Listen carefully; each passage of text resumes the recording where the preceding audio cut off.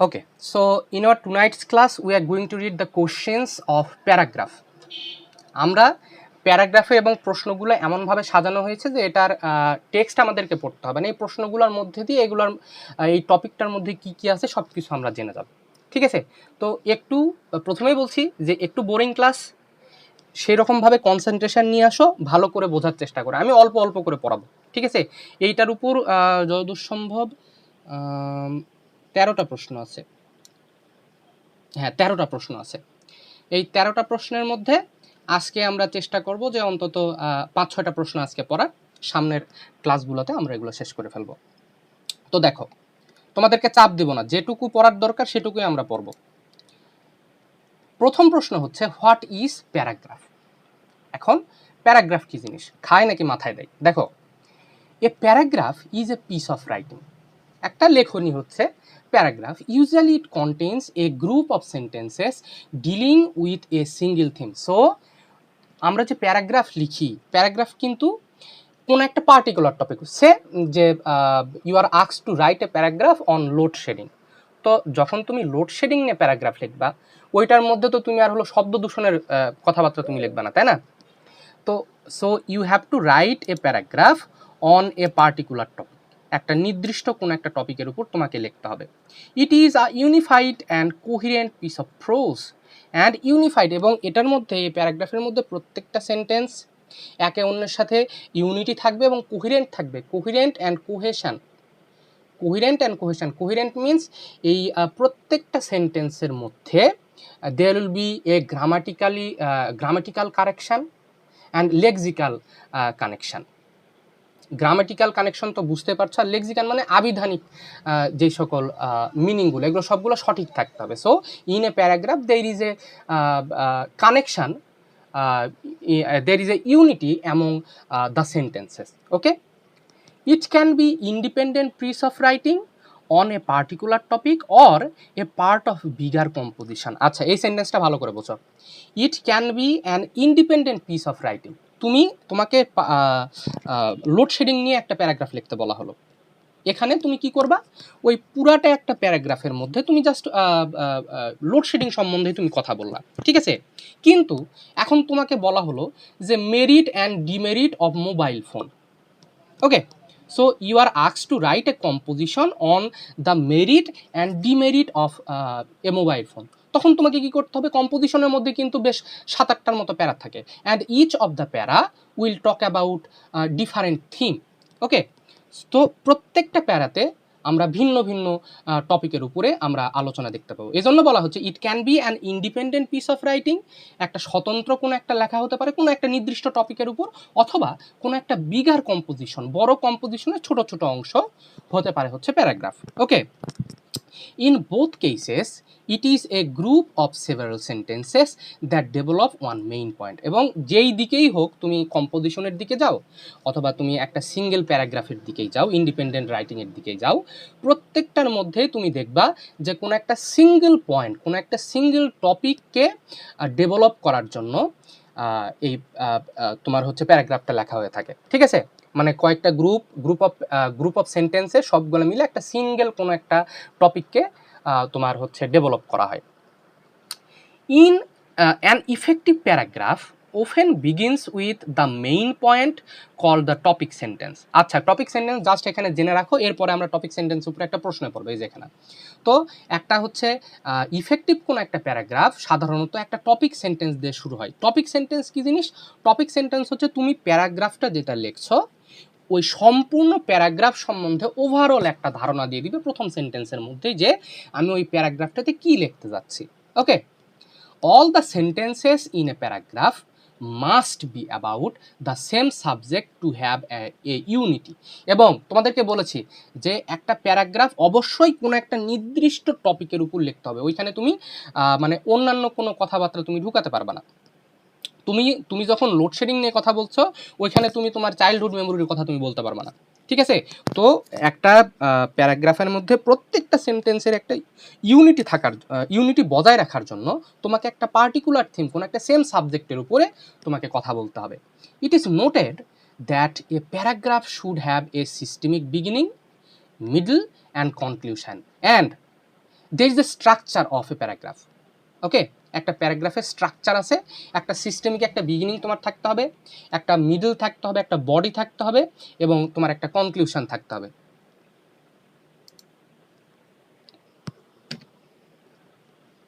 ওকে, conclusion থাকতে হবে।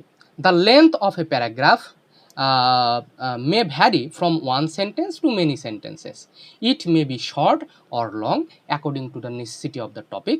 Regardless of its length or purpose, a paragraph is a group of sentences that develop one main point. So একটা প্যারাগ্রাফের যে length এটা vary করে, যে এটা কোন টপিকের উপর তুমি লিখছো, কিভাবে লিখছো, এটার উপর the length of the paragraph varies. But main কথা কি? মেইন কথা হচ্ছে একটা প্যারাগ্রাফ হলো একটা গ্রুপ অফ সেন্টেন্সেস, তোমার হচ্ছে একগুচ্ছ সেন্টেন্সের ইউনাইটেড ফর্ম, এবং সেটা কি করবে? একটা নির্দিষ্ট কোনো টপিক নিয়ে কথা বলবে। Okay, so this is the meaning of paragraph. খুব ইজি করে দেওয়া আছে, এই ক্লাসের পরে এগুলো সব কিছু পড়ে ফেলবা, ঠিক আছে? আমার মনে হয় না এটাতে, বলো দেখি প্যারাগ্রাফ কি, আমরা কি বুঝতে পেরেছি? প্যারাগ্রাফ সম্বন্ধে কারো কোনো প্রশ্ন আছে?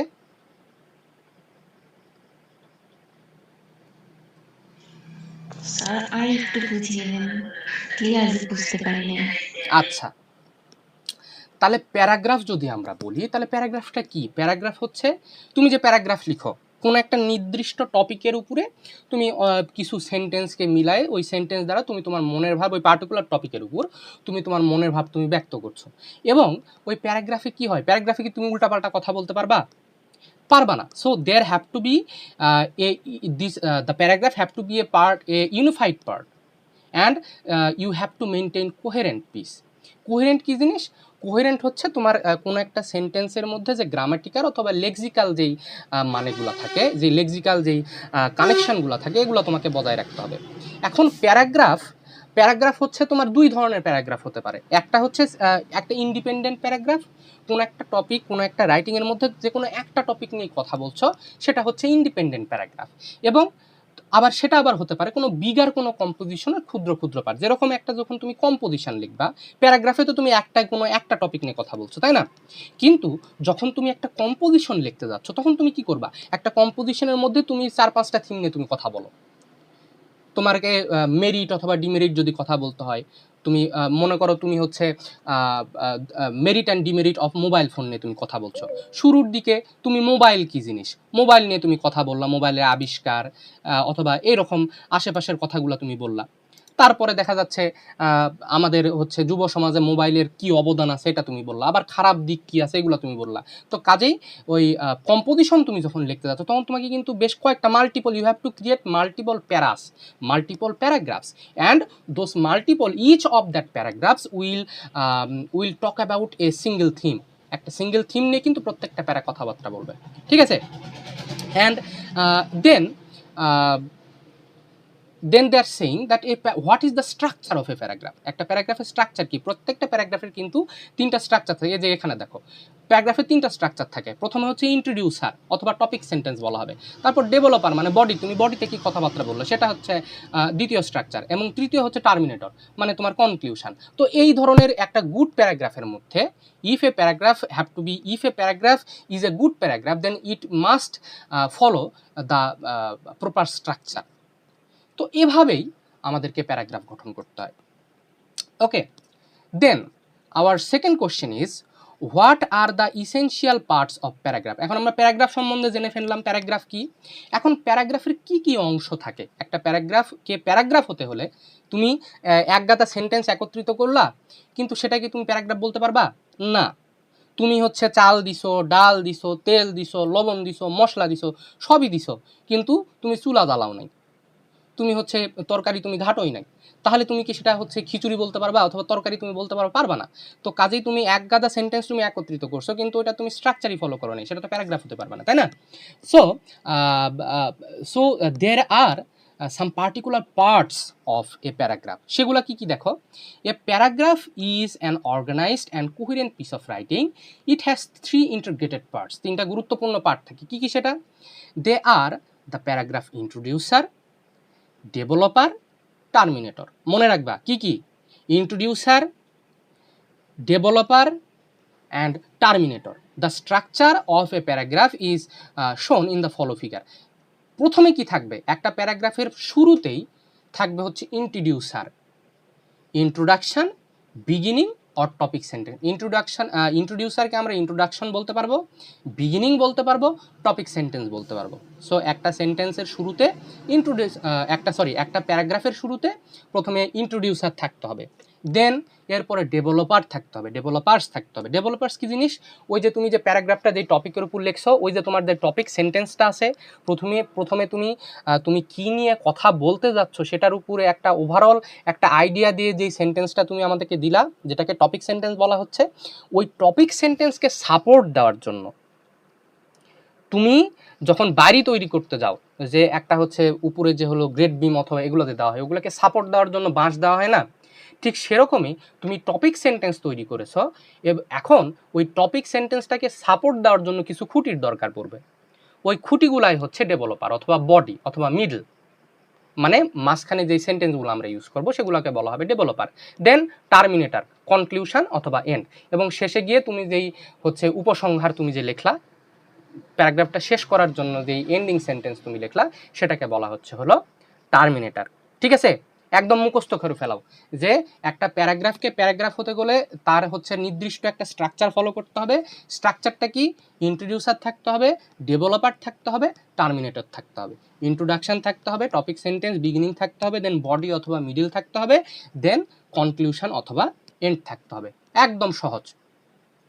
আমার ক্লাসটা শেষের পরে এই সবগুলো আজকে যে কয়টা প্রশ্ন পড়াবো সুন্দর করে নোট করে ফেলাবা, একদম ক্লাসের সাথে। যারা ক্লাস করছো না অথবা যারা ক্লাস করছো, এই ক্লাসের পর যাদের ধোঁয়াশা থাকবে, নোটগুলো তো দিয়েই দিব তোমাদেরকে, নোটের সাথে ভিডিওগুলো মিলায়ে দুই একবার পড়ে নিবা, আর কিচ্ছুর দরকার পড়বে না। ওকে, এরপরে আমরা আসি টপিক সেন্টেন্স। এখন টপিক সেন্টেন্স কি জিনিস দেখো, a topic sentence is the sentence that tells us the main idea of a paragraph. একটা প্যারাগ্রাফের যে মেইন আইডিয়া, তুমি কোন আইডিয়ার উপর, কোন টপিকের উপর, হ্যাঁ কোন ভাবের উপর তুমি প্যারাগ্রাফটা লিখতে যাচ্ছ, ওইটা যে তোমাকে জানান দিবে, তুমি যে জানান দিবা অন্যদেরকে, সেই যেই প্যারাগ্রাফ যেই সেন্টেন্সটার মাধ্যমে, তাকে বলা হয় topic sentence. Okay, in other words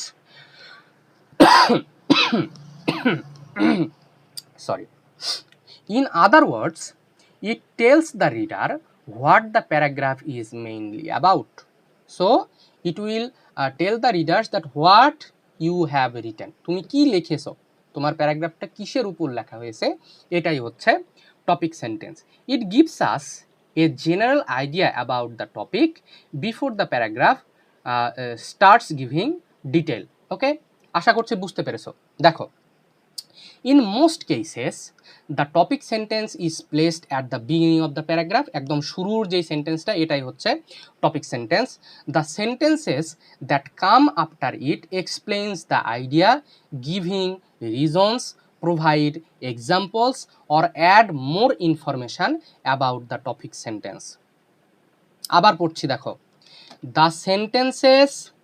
the sentences that comes after it explain the idea, give reasons, provide examples or add more information about the topic sentence. Topic সেন্টেন্সের পরে যে সেন্টেন্সগুলো আসে ধারাবাহিকভাবে, ওইটা তোমার টপিক সেন্টেন্সের যে ধারণা সেটাকে এক্সপ্লেইন করবে, বিভিন্ন রকম রিজন দিবে, বিভিন্ন রকম এক্সাম্পল দিবে, এবং তুমি টপিক সেন্টেন্সকে আরও বেশি ক্লিয়ার করার জন্য বিভিন্ন রকম ইনফরমেশান দিবে টপিক সেন্টেন্সের বিষয়ে।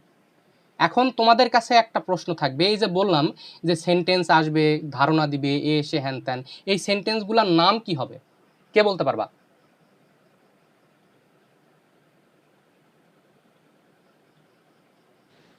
স্যার কোশ্চেনটা আবার করেন, বুঝতে পারিনি।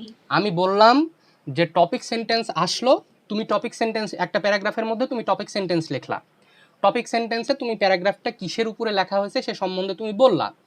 এখন তারপরে এই যে এই সেন্টেন্সটাতে কি বলছে, তারপরে যে সেন্টেন্সগুলো আসবে, the sentences that come after it, এরপরে যে সেন্টেন্সগুলো আসবে সেগুলা ওই যে তুমি টপিক সেন্টেন্সে যে আইডিয়াগুলো দিলা ওগুলাকে এক্সপ্লেন করলো, আরও বেশি রিজন দিল, আরও বেশি এক্সাম্পল দিল, আরও বেশি ইনফরমেশান দিল। তো অনেকগুলা সেন্টেন্স আসলো না, আমার প্রশ্ন হচ্ছে ওই সেন্টেন্সগুলার একটা পার্টিকুলার নাম আছে, ওই নামটা কি? কিছুক্ষণ আগে পড়াইছি, the developer. Developer. Good good good, এটাই শুনতে চাচ্ছিলাম, যে টপিক সেন্টেন্সকে সাপোর্ট দিবে যে খুঁটিটা, ওই খুঁটিটার নাম হচ্ছে developer. Good. Then for example, morning walk is very useful. এই তাহলে তো বোঝা যাচ্ছে নাকি? বুঝতে পারছো সবাই? Okay, thank you. Then okay, thank you. Morning walk is very,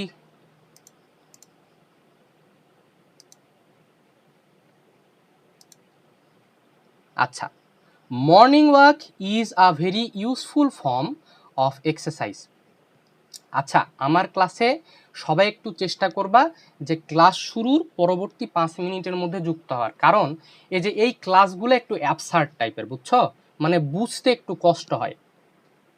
আমি তো ক্লাসের শুরুতেই বলেছি, এই ক্লাসগুলো আমি তোমাদেরকে যতই ভালোভাবে করাই, তোমরা কিন্তু সেই মজাটা পাবা না, কারণ এগুলো হচ্ছে অ্যাবসার্ড কথাবার্তা, এর মধ্যে কোনো গল্প নাই, কোনো কাহিনী নাই, প্রেম প্রীতি কোনো কিছু নাই, তো এগুলো বিরক্ত লাগবেই।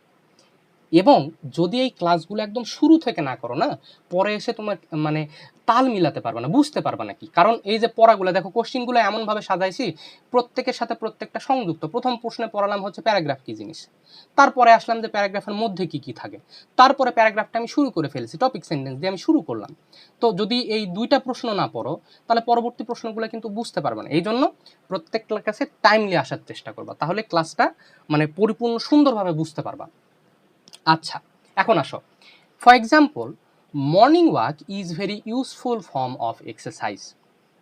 ইট keeps our body fit and active, it improves blood circulation and refreshes our mind. It also helps us stay away from many disease. আমরা ধরে নিই এটা একটা হচ্ছে প্যারাগ্রাফ, সে এটা একটা paragraph. Here morning walk is very useful form of exercise is the topic sentence. এটাই হচ্ছে এই প্যারাগ্রাফটার টপিক সেন্টেন্স। কেন? কারণ because it gives the main idea of the paragraph. এই প্যারাগ্রাফের মধ্যে কি বলা হবে সেটা সম্বন্ধে কিন্তু এই সেন্টেন্সটা তোমার আইডিয়া দিয়ে দিয়েছে, যে morning walk is very useful form of exercise. এখানে মর্নিং ওয়াক সম্বন্ধে এর ভালো দিকগুলো আমাদেরকে বলা হবে, যে এটা কেন ইউজফুল এক্সারসাইজ, এর মধ্যে কি কি আছে, মর্নিং ওয়াক করলে আমাদের কি কি লাভ পাবো, কি কি বেনিফিট পাবো, শরীরের মধ্যে কি কি পরিবর্তন হবে, এটা কিন্তু তুমি প্রথম সেন্টেন্সের মধ্যেই তুমি বলে দিলা, ঠিক আছে? So this is called topic sentence. The next sentences explains the benefit of morning walk. এবং দেখো পরের যে সেন্টেন্সগুলো আছে, যে it keeps our body fit, it improve blood circulation, it helps us stay away from disease, এগুলো কি করলো? এই প্রথম যে সেন্টেন্সটা বোল্ড করে যে সেন্টেন্সটাকে দিয়েছি, এটাকে সাপোর্ট দিল না, এর খুঁটি হিসাবে কাজ করলো না? তাহলে আমার মনে হয় তোমরা বুঝতে পেরেছো, মোটামুটি একটা আইডিয়া তোমাদের চলে আসলো যে টপিক সেন্টেন্স কি জিনিস, এবং টপিক সেন্টেন্সকে যে সাপোর্ট দিবে পরবর্তী সেন্টেন্সগুলোকে, ওগুলা হচ্ছে আমাদের developer. Okay, so we can say topic sentence is the main sentence of the paragraph that introduces and expresses its central idea. এবং টপিক সেন্টেন্স হলো কি, একটা প্যারাগ্রাফকে ইন্ট্রোডিউস করবে তোমার সামনে, তুমি একজন রিডার হিসাবে তোমাকে জানাই দিবে যে এখানে যে প্যারাগ্রাফটা আছে, এই প্যারাগ্রাফটা কি সম্বন্ধে কথা বলছে, যে এই প্যারাগ্রাফটা আছে, এই প্যারাগ্রাফটা কথা বলছে হচ্ছে মর্নিং ওয়াক, এবং এটা যে একটা ইউজফুল এক্সারসাইজ, এ সম্বন্ধে কথা বলা হচ্ছে। ওকে, so this is the topic sentence.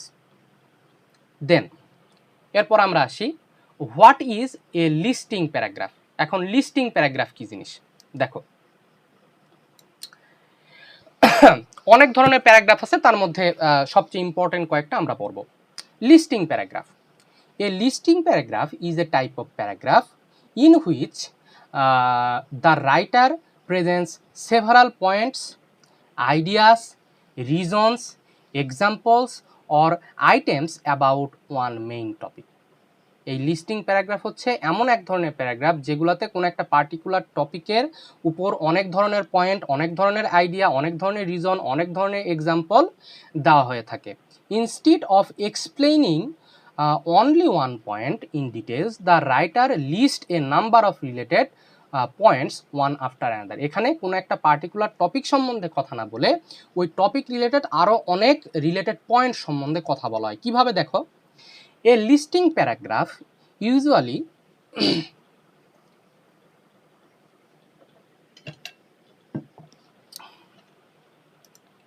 A listing paragraph usually has a topic sentence as the beginning. এখানেও একটা টপিক সেন্টেন্স থাকবে, then the supporting sentences present different points. তোমরা কি আমাকে শুনতে পাচ্ছ? Can you hear me? জি sir. Okay, then the supporting sentences presence in different points. এখানে পয়েন্ট হিসাবে সাপোর্টিং সেন্টেন্সগুলোকে দেওয়া হয়।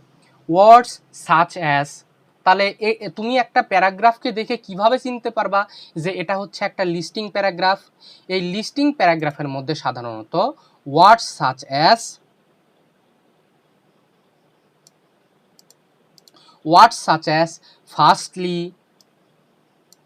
Firstly, secondly, also, besides, thirdly, fourthly, finally, moreover এগুলো থাকবে। Finally and in addition are often use to connect the points. এখানে ওই যে বিভিন্ন যে সেভারাল পয়েন্ট দেওয়া হবে, বিভিন্ন আইডিয়া দেওয়া হবে, বিভিন্ন রিজন দেওয়া হবে, বিভিন্ন এক্সাম্পল দেওয়া হবে এবং বিভিন্ন আইটেম দেওয়া হবে, এগুলাকে তোমাকে যুক্ত করতে হবে। কিভাবে তুমি যুক্ত করবা? এই লিস্টগুলোকে তুমি কিভাবে যুক্ত করবা? তুমি firstly, secondly, thirdly, fourthly, also, besides, moreover, finally, in addition, এই ধরনের ওয়ার্ডগুলা, এই ধরনের ফ্রেজগুলো আমাদেরকে ব্যবহার করে লিস্টগুলোকে যুক্ত করতে হবে। সো যখন কোনো একটা সেন্টেন্সের মধ্যে আমরা এই ট্রেসগুলো পাবো, এই এভিডেন্সগুলো পাবো, তখন আমরা ধরে নিব যে এটা হচ্ছে listing paragraph. There are many benefits of reading books. একটা বই পড়ার অনেক ধরনের বেনিফিট আছে। First, reading increases our knowledge. Secondly, it improves our vocabulary and language skills. Moreover, it develops blah blah blah blah blah. তো কোন একটা এখানে তোমার ডিরেক্টলি কোনো একটা প্যারাগ্রাফ যে বেনিফিট অফ রিডিং বুকস, এখানে ডিরেক্টলি কথাবার্তা না বলে আমরা বিভিন্ন রকম পয়েন্টস, বিভিন্ন রকম এক্সাম্পল, হ্যাঁ, বিভিন্ন রিজন আমরা দিয়ে বোঝাবো যে হ্যাঁ বই পড়াটা অনেক বেনিফিশিয়ারি ফর আস। তো এই ধরনের প্যারাগ্রাফগুলোকে, যেগুলো সরাসরি কথা না বলে আমরা এই ফার্স্টলি, সেকেন্ডলি, এই ক্রোনোলজিক্যালি আমরা যখন কোনো তথ্য অথবা উপাত্তকে যখন প্রকাশ করব, তখন সেইটা হয়ে যাবে হচ্ছে লিস্টিং প্যারাগ্রাফ। মনে রাখবা যে এইগুলো মনে রাখবা যে firstly, secondly, also, besides, moreover, finally, এগুলা কোনো সেন্টেন্সের মধ্যে যখন থাকবে তখন সেগুলোকে বলা হবে listing paragraph. Here, the paragraph discusses several benefits of reading books. The writer lists one benefit after another, therefore it is listing paragraph. বলো দেখি আমরা কি বুঝতে পেরেছি লিস্টিং প্যারাগ্রাফ কি জিনিস? স্যার শেষ প্যারাটা আরেকবার রিপিট লাগবে। আচ্ছা দেখো, here the paragraph discusses several benefits of the books. এই যে প্যারাগ্রাফের মধ্যে কিন্তু যে আমাদের যে বই পড়ার ফলে আমরা কিভাবে বেনিফিটেড হই সেই কথাগুলো বলা হয়েছে, এবং তোমার হচ্ছে এগুলাকে মানে সহজ সরলভাবে না বলে ওয়ান বাই ওয়ান লিস্ট করার মাধ্যমে যে কিভাবে, প্রথমত রিডিং ইনক্রিজেস আওয়ার নলেজ, দ্বিতীয়ত আমাদের ভোকাবুলারি স্ট্রং হয়, তৃতীয়ত আমাদের ইমাজিনেশন বাড়ে, আরও অনেক ধরনের ইমপ্রুভমেন্ট আমাদের মধ্যে ঘটে। তো যখন আমি এই লিস্ট করে বলতে যাচ্ছি, the writer list one benefit after another, একটার পর আরেকটাই বেনিফিটগুলো লিস্ট আকারে দেয় আমাদের যে রাইটার আছে, দেয়ারফোর এটাকে বলা হয় লিস্টিং প্যারাগ্রাফ। যখন লিস্ট করে কোনো প্যারাগ্রাফ গঠন করা হবে তখন সেটাকে বলা হবে লিস্টিং প্যারাগ্রাফ। বুঝতে পেরেছি? এনিওয়ান, কারো সমস্যা আছে? এনিওয়ান হ্যাভ সমস্যা? স্যার আগের টপিকে একটা সমস্যা আছে। এই 2 বছর পর বলো। স্যার আপনি যে প্যারাগ্রাফের যে মেইন 3টা পয়েন্ট বললেন, ইন্ট্রোডিউসার, ডেভেলপার, টার্মিনেটর, এখন আমরা নরমালি প্যারাগ্রাফ লেখার সময় তো একটা প্যারাতে লিখি। এখন এই 3টা প্যারা মানে 3টা টপিক দিয়ে কি আমরা আলাদা আলাদা করে প্যারা নাকি একটা প্যারার মধ্যেই 3টা টপিক? তুমি একটা প্যারাগ্রাফ যখন তুমি লিখবা, প্যারাগ্রাফের মধ্যে তুমি কোনোভাবেই 2টা প্যারা করতে পারবা না, ঠিক আছে? এখানে বলা ঠিক হচ্ছে আছে। 3টা পার্ট থাকবে, কিন্তু 3টা পার্ট ভিন্ন ভিন্ন হবে না। ওই একটা সেন্টেন্সের, ওই যে তুমি একটা প্যারাগ্রাফ লিখতে গেলা, প্যারাগ্রাফ লেখার সময় প্রথমে তুমি একটা ইন্ট্রোডিউস আর একটা টপিক সেন্টেন্স তুমি লিখবা না, এটা হয়ে গেল একটা হচ্ছে কি বলে একটা স্ট্রাকচার তুমি ফলো করে ফেললা 3টার মধ্যে। তারপর দ্বিতীয়ত ওই টপিকটাকে তুমি সাপোর্ট দেওয়ার জন্য আরও তুমি কয়েকটা 8-10টা 15টা তুমি সেন্টেন্স লিখবা না, অবশ্যই লিখবা, সেটা হয়ে গেল হচ্ছে বডি অথবা মিডল। তারপরে প্যারাগ্রাফটা যখন তুমি শেষ করে ফেলবা তখন সেখানে তুমি 1-2টা সেন্টেন্স লিখবা না, অবশ্যই লিখবা, সেটা হয়ে গেল টার্মিনেটর। কিন্তু ভিন্ন ভিন্ন করে লেখা যাবে না। একটা প্যারাগ্রাফের মধ্যে কোনোভাবেই বুঝতে দুইটা পেরেছি। দুইটা একটা প্যারাগ্রাফের মধ্যে কখনোই তুমি 2টা অথবা 3টা পার্ট করতে পারবা না। তুমি কম্পোজিশনের মধ্যে 2-3টা পার্ট করো। কম্পোজিশন, একটা প্রপার কম্পোজিশন লিখতে গেলে তোমাকে 5 থেকে 6টা প্যারা করতে হবে, তো ওইখানে তুমি প্যারা করতে পারবা, কিন্তু একটা প্যারাগ্রাফের মধ্যে একটাই প্যারা থাকবে। আশা করি বুঝতে পেরেছো তুমি। ঠিক আছে। ওকে, আচ্ছা স্যার একটা কোয়েশ্চেন ছিল বলো। যে এগুলো হচ্ছে আপনার এক্সামে কি এমনি প্যারাগ্রাফ লিখতে হবে নাকি প্যারাগ্রাফ কিভাবে আপনি যে শিখে গেছেন এইভাবে লিখতে হবে? কোয়েশ্চেন কিভাবে আসে? দুই ধরনের প্রশ্নই আসবে তোমার, এই ধরনের এই প্রশ্নগুলোও আসবে যে লেখা থাকলো হোয়াট ইজ এক্সাম্পল প্যারাগ্রাফ, অথবা distinguished between narrative and descriptive paragraph, এই ধরনের প্রশ্নগুলোও থাকবে। এবং তার সাথে একটা প্রশ্নও চলে আসতে পারে যে রাইট এ প্যারাগ্রাফ অন অমুক টপিক। এই দুই ধরনের প্রশ্নই আসবে পরীক্ষাতে।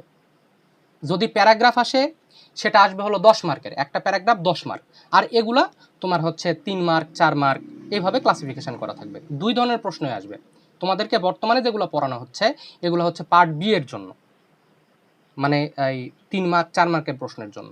এরপরে তোমাদেরকে হচ্ছে প্যারাগ্রাফের লিস্ট করে দেওয়া হবে যে এই প্যারাগ্রাফ তোমাদের পরীক্ষার জন্য গুরুত্বপূর্ণ, এগুলো তোমাদেরকে পড়তে হবে। বুঝতে পেরেছো? জি sir. Okay, then what is an example paragraph? Example paragraph কি জিনিস? An example paragraph is a paragraph that explains a main idea by giving one or more examples. Example paragraph হচ্ছে সেই ধরনের প্যারাগ্রাফ যেগুলো এক্সাম্পলের মাধ্যমে এক্সপ্লেইন করা হয়ে থাকে। It begins with a topic sentence that introduces the main idea. The following sentences provide examples or facts to support the idea, যেটা আমরা জানি, এর আগে আমরা পড়লাম। Making it easier for the reader to understand. Finally the paragraph ends with a concluding sentence that summarises the main point. For example, if the topic sentence is regular exercise is good for our health, the supporting sentences may explain the exercise that exercise keeps the body fit, reduces stress and helps prevent diseases.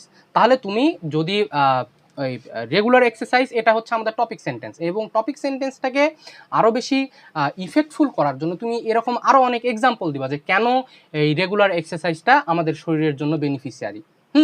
তো তুমি যখন এই এক্সাম্পলগুলো ব্যবহার করবা তখন সেটা হয়ে যাবে হচ্ছে example paragraph. These examples make the main idea stronger and more convincing. Therefore, an example paragraph is useful because it explains an idea clearly through relevant examples. সহজ জিনিস। আচ্ছা, আশা করছি আমরা এক্সাম্পল প্যারাগ্রাফ কি জিনিস সেটা বুঝতে পারছি। এরপর আসি গুরুত্বপূর্ণ একটা প্রশ্ন, এটা হচ্ছে মোস্ট গুরুত্বপূর্ণ একটা প্রশ্ন, 6 নাম্বার। এই তোমাদের কি পড়া বেশি হয়ে যাচ্ছে?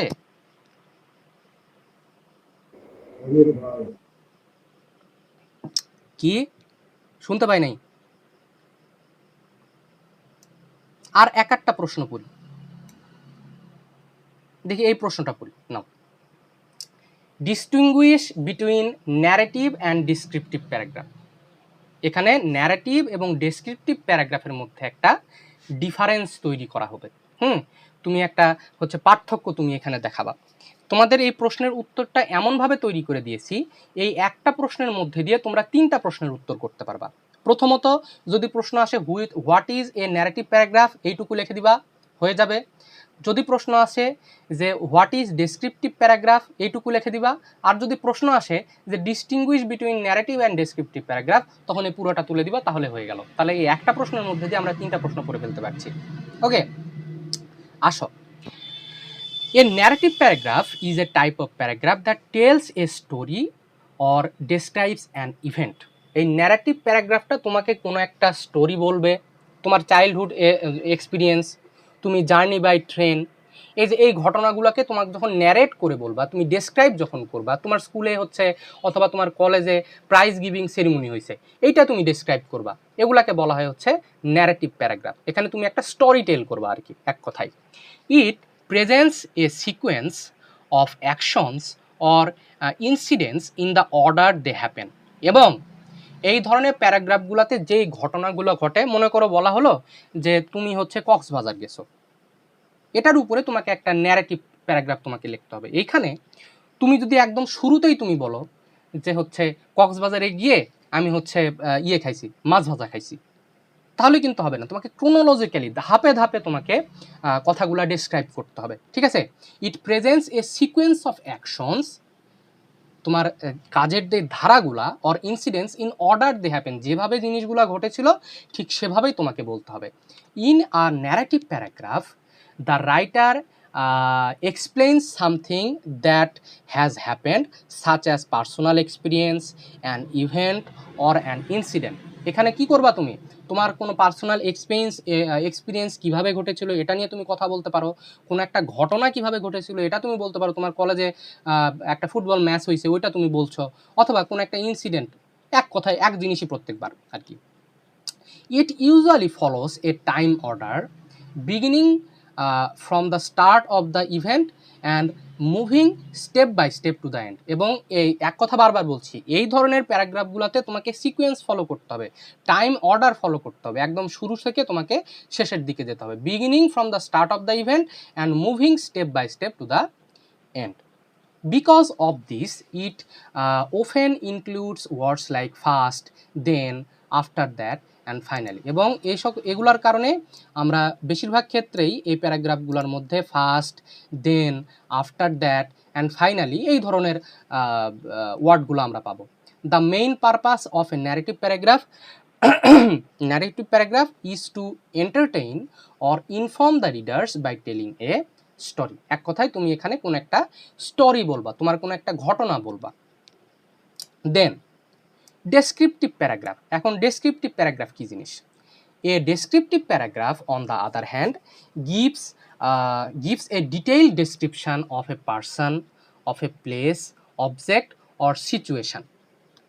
কোনো একটা মানুষ, হ্যাঁ, কোনো একটা জায়গা, কোনো অবজেক্ট, কোনো একটা সিচুয়েশন সম্বন্ধে তুমি ডিটেইলড একটা ডেসক্রিপশন দিবা। It doesn't tell a story, instead it creates a clear picture of the reader's mind by using sensory details. কোনো একটা ঘটনাকে, কোনো একটা মানুষকে, কোনো একটা ব্যক্তিকে, কোনো একটা সিচুয়েশনকে তুমি তোমার ইমাজিনেশন দিয়ে, তুমি তোমার সেন্সরি ডিটেলস দিয়ে তুমি আরও সুন্দরভাবে ফুটাই তুলবা। এখানে তুমি কিন্তু ওই যে আগের প্যারাগ্রাফে তুমি যে তোমার চাইল্ডহুড এক্সপিরিয়েন্স, তুমি জার্নি বাই বোট, তুমি কক্সবাজার গেছো, হ্যাঁ, তুমি সাজেক গেছো, তুমি যে বর্ণনা করলা, তুমি যে গল্প বললা, এখানে গল্প তুমি বলবা না, কোনো একটা পার্টিকুলার ইভেন্টকে তুমি ডেসক্রাইব করবা। The writer describes how something looks, sounds, smells, feels or test. A descriptive paragraph help the reader imagine the subject vividly. এবং এই ধরনের প্যারাগ্রাফে কোনো একটা জিনিসকে আমরা খুব ক্লিয়ারলি, খুব বিস্তারিতভাবে, ভিভিডলি আমরা মানে ইমাজিন করতে পারবো পড়ার মধ্যে দিয়ে।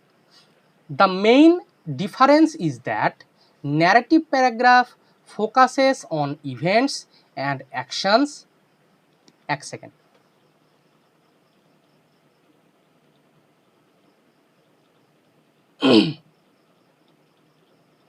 এক মিনিট।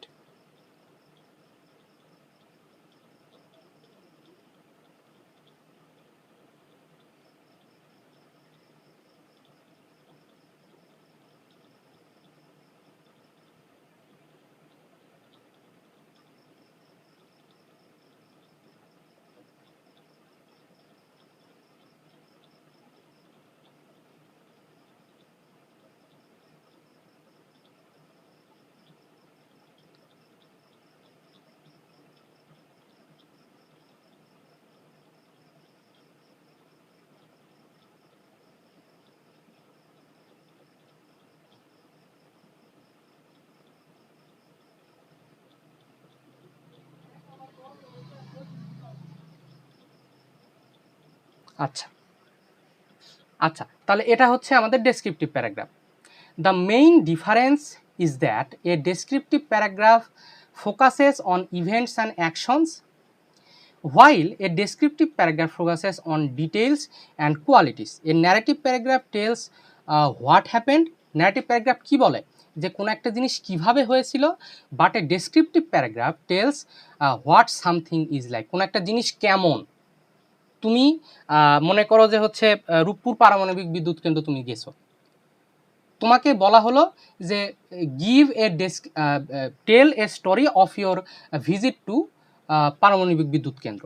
তখন তুমি ফার্স্ট থেকে লাস্ট পর্যন্ত কিভাবে গেছো, ওখানে কি কি দেখছো, হ্যাঁ এটা তুমি বললা। কিন্তু তোমাকে যদি জাস্ট বলা হয় যে ওই রূপপুর পারমাণবিক বিদ্যুৎ কেন্দ্র সম্বন্ধে তুমি লেখো, তখন সেটা হয়ে যাবে হচ্ছে ডেসক্রিপটিভ প্যারাগ্রাফ। ওকে, আচ্ছা, তো এটা গেল আমাদের ন্যারেটিভ অ্যান্ড ডেসক্রিপটিভ প্যারাগ্রাফ। এরপরে আমরা আসি যে আচ্ছা আচ্ছা বলেন দেখি, আজকে ক্লাস কি এখানে শেষ করব নাকি আর কয়েকটা পড়াবো? স্যার আরেকটা পড়ান, নয়তো পরের ক্লাসে বেশি হয়ে যাবে। না স্যার পড়াই না, শেষ করে দেন। শেষ করে দিন। টাইম আছে তো? স্যার বাকি আছে বইতে। শেষ করে দেন স্যার, শেষ করে দেন। স্যার আমাদের এখনো টাইম আছে। স্যার বাকি আছে আর কয়টা? বাকি আছে 13টা লিস্ট করছিলেন। হ্যাঁ 13টা আছে, মানে 13টা আছে না, অনেকগুলো 13টা প্রশ্ন সবগুলা মিলাই আছে, আমরা 6 পর্যন্ত পড়লাম। আচ্ছা এই 7 নাম্বারটা পড়ি, হ্যাঁ তাহলে 7 দুগুণে 14 মোটামুটি ইয়ে হয়ে যাবে। সামনের দিন আরেকটা ক্লাসে তাহলে আমরা প্যারাগ্রাফ শেষ করে ফেলতে পারবো। হ্যাঁ আচ্ছা, একটু পড়াশোনা করতে হবে রে। আর তোমাদেরকে যেভাবে পড়াচ্ছে আমার তো মনে হয় না যে খুব একটা কঠিন লাগার কথা, জাস্ট দুই একবার একটু পড়ে নিবা, এটা হয়ে যাওয়ার কথা। দেখো আর একটা প্রশ্ন করবো, নাও রাগ করিও না। দেখো দেখো, show the distinction between comparison and contrast paragraph. তাহলে এখানে আমাদেরকে কম্প্যারিজন এবং কন্ট্রাস্ট প্যারাগ্রাফের মধ্যে যে পার্থক্য সেটা এখন দেখাতে হচ্ছে। সেম জিনিস এই একটা প্রশ্নের মধ্যে দিয়ে আমরা 3টা প্রশ্ন পড়তে পারবো। কম্প্যারিজন প্যারাগ্রাফ যদি প্রশ্ন আছে এটাও পারবো, কন্ট্রাস্ট প্যারাগ্রাফ আসলে সেটাও পারবো, এবং দুইটার মধ্যে যদি পার্থক্য ইয়ে করতে বলে তাহলে দুইটা তুলে দেবো, হয়ে গেল, শেষ। দেখো এ comparison paragraph discusses the similarity between two or more people, place, idea, object. কোনো দুইটা জিনিস, দুইটা ব্যক্তি, দুইটা বস্তু, দুইটা জায়গা, দুইটা ধারণা, দুইটার মধ্যে যে মিল থাকবে, মনে রাখবা কম্প্যারিজন প্যারাগ্রাফে দুইটা জিনিসের মধ্যে যে মিল, দুইটা জিনিস, ব্যক্তি, বস্তু, এগুলোর মধ্যে যে মিল, এগুলো নিয়ে কথা বলা হয় হচ্ছে কম্প্যারিজন প্যারাগ্রাফে। It shows how they are alike, দুইটার মধ্যে কি মিল আছে এটা নিয়ে আমরা কথা বলবো হচ্ছে কম্প্যারিজন প্যারাগ্রাফে। The writer points out the common features or shared qualities of the subject. দুইটার মধ্যে যে কমন ফিচার আছে, দুইটার মধ্যে যে শেয়ার্ড কোয়ালিটি মানে দুইটার মধ্যে সেম যে গুণাবলীগুলো আছে আর কি, এগুলো নিয়ে কথা বলা হবে। Comparison helps the reader understand the common characteristics of the things being discussed. যেটা নিয়ে কথা বলা হচ্ছে ওইটার যদি আমরা দুইটার মধ্যে কি কি সেম ক্যারেক্টারিস্টিক্স আছে এগুলো যদি জেনে যাই, তাহলে আমাদের কিন্তু ওই জিনিসটা সম্বন্ধে বোঝা কিন্তু আরও বেশি সুবিধার হয়ে যায়, ঠিক আছে। For example, A comparison paragraph May explain how to friends have similar hobbies, attitude or lifestyle. দুইটা বন্ধুর মধ্যে কি কি লাইফস্টাইলগত অথবা হবিগত অথবা অ্যাটিটিউডের কি কি ধরনের মিল আছে, এটা আমরা কম্প্যারিজন প্যারাগ্রাফের মধ্যে জানতে পারি।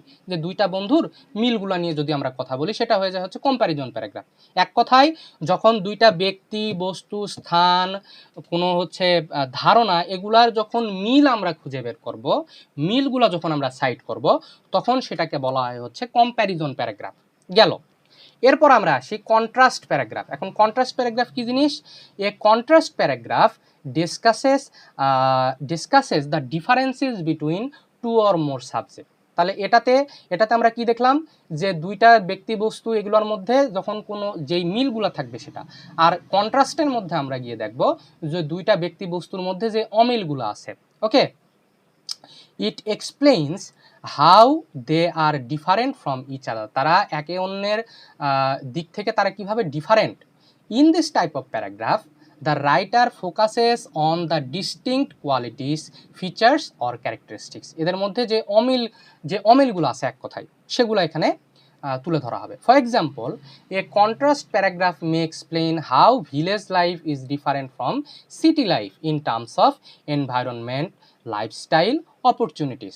তাহলে তোমাকে যদি বলা হয় সিটি লাইফ এবং ভিলেজ লাইফ, রুরাল লাইফ এবং আরবান লাইফের মধ্যে তোমাকে ডিফারেন্স খুঁজে বের করতে বলা হলো, তখন সেটা হয়ে যাবে হচ্ছে contrast paragraph. Although both paragraph discusses two or more subjects, their focus is different. A comparison paragraph emphasize মানে কি, কে বলতে পারবা?